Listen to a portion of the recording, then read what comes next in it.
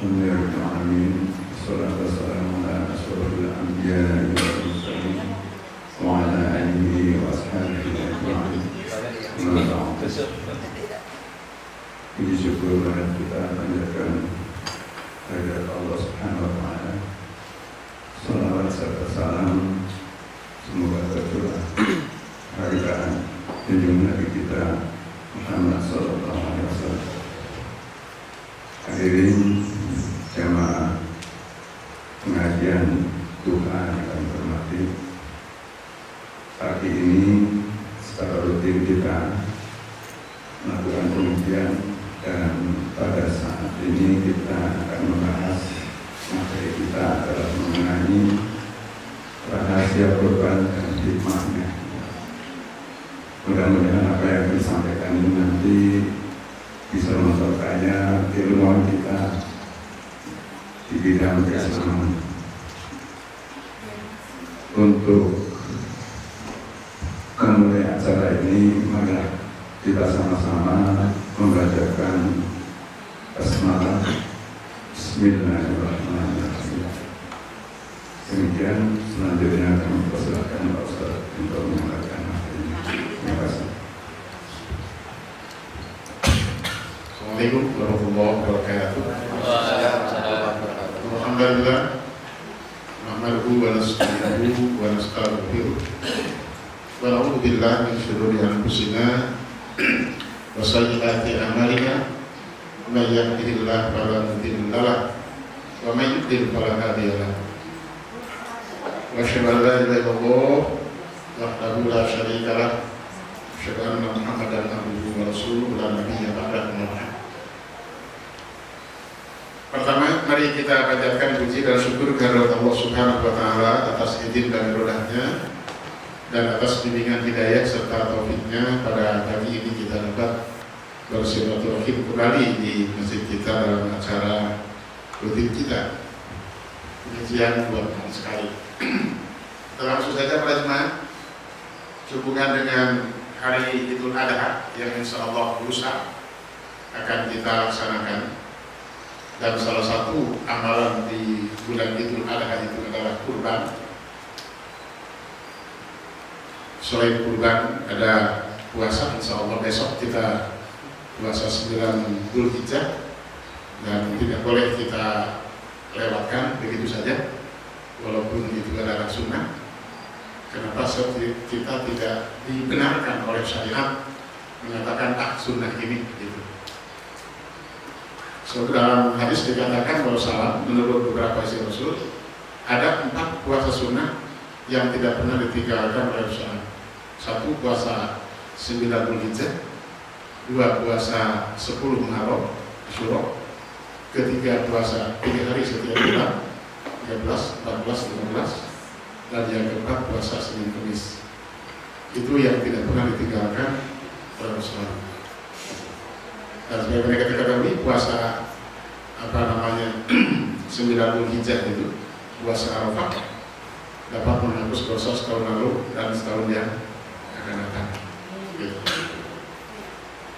Nah yang kedua kurban.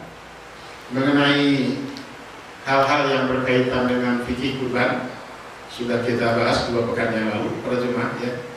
Dan kali ini kita akan mencoba menelisik sedikit mengenai rahasia dan hikmah daripada syariat kurban yang Allah Ta'ala syariatkan kepada kita. Dan ketika kita membahas soal kurban, maka selalu dikaitkan dengan peristiwa kurbannya Nabi Ibrahim AS. Kenapa? Karena beliaulah hamba Allah pertama, hamba Allah yang paling pertama mendapat perintah untuk berkurban. Dan dari situ juga kurban-kurban yang disyariatkan kepada umat berikutnya termasuk kepada kita adalah berawal dari kurbannya Nabi Ibrahim AS. Karena itu yang akan kita jelaskan di sini adalah apa yang terjadi atau rahasia apa, hikmah apa yang ada dalam perintah kurban yang diperintahkan oleh Allah Ta'ala kepada Nabi Ibrahim alaihissalam. Itu para jemaah. Peristiwa sejarah yang menandai Hari Raya Idul Adha bagi kita kaum muslimin sekarang ini para jemaah, itu adalah awalnya merupakan tugas berat yang diubarkan oleh Allah Subhanahu wa Ta'ala kepada Nabi Ibrahim alaihissalam dengan putraknya Ismail, tentu juga dengan ibunya, ibu Ismail dan istri Ibrahim, Siti Hajar. 3 serangkai itu para jemaah ya. Mereka mendapatkan beban yang sangat berat karena Allah menyuruh kepada Ibrahim untuk menjelih memotong putranya. Kita baca di dalam Al-Quran Al-Karim surat As-Saffat ayat 100 sampai 106. Ya Tuhanku, karuniakanlah anak yang soleh kepadaku.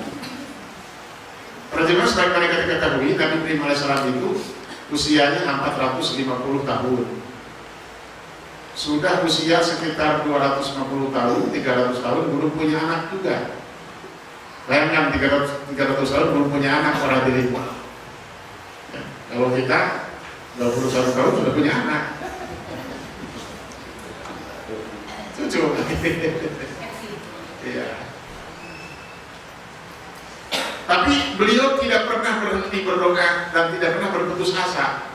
Kata Ibrahim, Rabbi habli minas solihin, ya Allah, karuniakanlah anak yang soleh. Itu doanya. Kebanyakan kita tidak pakai anak soleh, ya Allah berikan kepada keturunan, titik. Ya kan, tapi Ibrahim, berilah kepadaku anak yang soleh. Bapak Syarqahu digunakan bin Halim, kemudian kami berikan kabar gembira kepadanya bahwa ia akan mendapatkan anak laki-laki yang penyantun sesuai dengan permintaannya. Kalau kebanyakan kan kita kan yang penting anak ya, solehnya belakangan gitu. Maka kalau punya anak tidak soleh, ya wajar-wajar saja, tidak diminta gitu.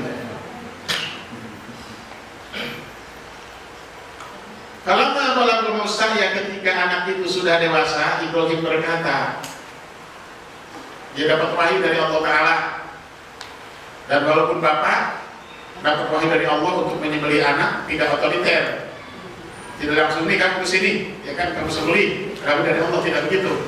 Kata Ibrahim, ya bunayya inni ara fil manam anni ad'uka fad'uka taala, anakku, sungguh aku telah bermimpi menyembelihmu.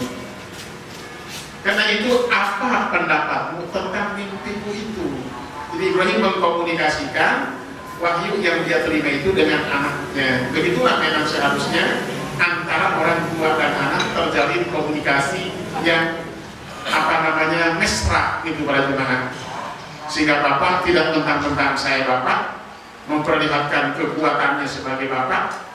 Sebab kadang-kadang bapak yang namanya bapak, para jemaah ingin memperlihatkan kebapaannya itu, sehingga kadang-kadang kurang memperhatikan anaknya. Bahkan walaupun anaknya sudah punya anak, tetap aja dia ingin bersikap seperti atasan kepada bawahan gitu. Kadang jadi begitu. Nah lalu apa respon Ibrahim alaihissalam pada jemaah? Ismail menjawab, wahai ayahku, kerjakanlah apa yang diperintahkan kepadamu. Insya Allah engkau akan mendapatiku termasuk orang-orang yang sabar. Begitulah Ismail alaihissalam merespon dengan positif apa yang dikatakan oleh ayahandanya itu. Nah, ketika Ibrahim dan Ismail telah pasrah kepada Allah dan Ibrahim membaringkan anaknya, nah, di ketika kedua-duanya sudah pasrah dengan perintah itu, Ibrahim membaringkan anaknya, Ibrahim mau menyembelih Ismail, tiba-tiba Allah berfirman, ya Ibrahim qad shadaqta ru'ya, wahai Ibrahim, kamu telah membenarkan mimpimu itu, jangan kau teruskan menyembelih anakmu. Begitu cerita Quran, dan ini yang benar. Kalau cerita yang beredar di masyarakat kan masih kecil ketika SD, dia juga dapat penjelasan dari Pak Guru, ayo menjadi guru agama ya. Di ketika Ismail mau disembelih, tiba-tiba berubah menjadi kambing, menjadi domba. Itu ceritanya. Padahal kita lihat kata Quran, ketika Ibrahim membalikan anaknya, Allah berseru kepada Ibrahim, Ibrahim, kau telah membenarkan mimpimu itu, jangan kau teruskan menyembelih anakmu. Lalu di ayat lain dikatakan, di ayat berikutnya, wa fadainahu bidzibhin adzim, setelah itu Allah datangkan tebus Ismail dengan sembelihan yang besar. Itulah yang disembelih, karena memang manusia tidak pantas untuk disembelih. Sungguh kami memberi balasan kepada orang-orang yang beramal soleh. Sesungguhnya perintah Allah kepada Ibrahim itu merupakan satu ujian keimanan yang sangat jelas. Di perintah Allah kepada Ibrahim adalah ujian keimanan yang sangat jelas. Itu para jemaah. Baik, ini kita mengawali dari ayat mengenai bagaimana Ibrahim mendapatkan perintah. Nah, para jemaah, Ibu dan Bapak yang saya hormati, nah untuk menangkap hikmah-hikmah dari peristiwa Ibrahim dan Ismail alaihissalam itu, kita dapat menelusurinya dari beberapa aspek. Aspek pertama, aspek jenis perintah, ya kan? Aspek kedua, yang diperintahkan. Aspek ketiga, segi materi perintah. Jadi jenis perintah, jenis perintah, kemudian siapa yang diperintahkan, dan yang ketiga, materi perintahnya apa. Tiga hal itu yang akan kita coba telusuri dari perjalanan dari kisah atau peristiwa kurbannya Nabi Ibrahim alaihissalam. Baik, kita lihat jenis perintahnya. Para jemaah, dapat kita ketahui secara pasti bahwa perintah yang diberikan oleh Allah Ta'ala kepada Nabi Ibrahim alaihissalam itu sangat tidak masuk akal. Betapa tidak, orang disuruh menyembelih anaknya sendiri, tidak masuk akal, irasional. Bahkan mungkin orang sekarang bilangnya bukan tidak masuk akal, bagaimana, tapi melanggar HAM. Perintah yang melanggar HAM, begitu. Nah, sehingga kalau kita mencoba menelaah perintah Allah pada Nabi Ibrahim untuk menyembelih anaknya itu dengan melalui pendekatan rasional kita semata-mata, pasti kesimpulannya akan meleset.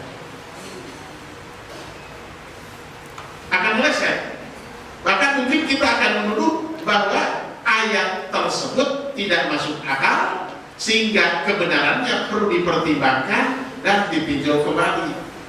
Itu ayat harus direvisi.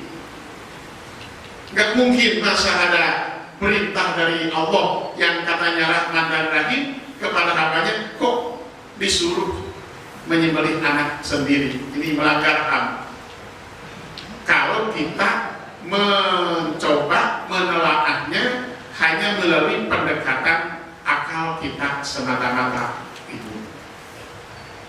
Jangankan menyembelih anak sendiri, menyembelih bukan anak juga, bukan manusia, berat, gitu. Akan tetapi para jemaah, kesimpulan kita tidak akan meleset, apalagi menjadi buruk sangka terhadap ayat Al-Quran, jika sebelumnya kita sudah setuju bahwa tidak semua perintah Allah Ta'ala kepada hamba itu